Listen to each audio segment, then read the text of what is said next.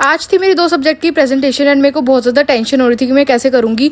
तो मैं सुबह सुबह निकल गई थी अपनी क्लास के लिए एंड यहाँ पे लिफ्ट इतनी धीरे आती है ना, इसलिए हमें पैदल जाना पड़ा बिकॉज हम लेट हो जाते हैं ऑब्वियसली हर बार की तरह। फिर हम चले गए थे मेस और फिर मैं निकल गई थी वापस क्लास के लिए एंड यहाँ इतनी ज़्यादा धूप हो रखी थी ना। एंड फिर ये था हमारा प्रोजेक्ट एंड अभी मेरी फ्रेंड का पहले हो रहा था एंड उसको देख के मुझे इतनी टेंशन हो गई थी। फिर हमारी टर्न भी आई बट ठीक है, हमारा इतना अच्छा हो गया था, मतलब सही हो गया था। फिर उसके बाद हम आगे से लिफ्ट से एंड यहाँ पे हमेशा की तरह मेरी फ्रेंड अपना मुँह छुपाती हुई एंड फिर हम आ गए थे बाहर क्लास के। और फिर साथ के साथ मेरी दूसरी क्लास थी तो हम वहाँ जाने के लिए भी निकल गए थे। लिफ्ट का हमने वेट करा, फिर हम आ गए थे क्लास के अंदर एंड फिर हम वहाँ से भी बाहर आए एंड अब जो क्लास थी उसके अंदर मेरा फिर से प्रेजेंटेशन थी एंड मुझे फिर से बहुत ज़्यादा टेंशन होने लग गई थी। आपको मेरे फेस से दिख ही रहा होगा। एंड ये सॉफ्ट स्किल की थी प्रेजेंटेशन एंड ऑलमोस्ट सभी ने टाइम मैनेजमेंट पे बना रखी थी, हमने भी उसी पे बनाई थी। तो आप देख लो कि मैंने कैसे परफॉर्म करा था।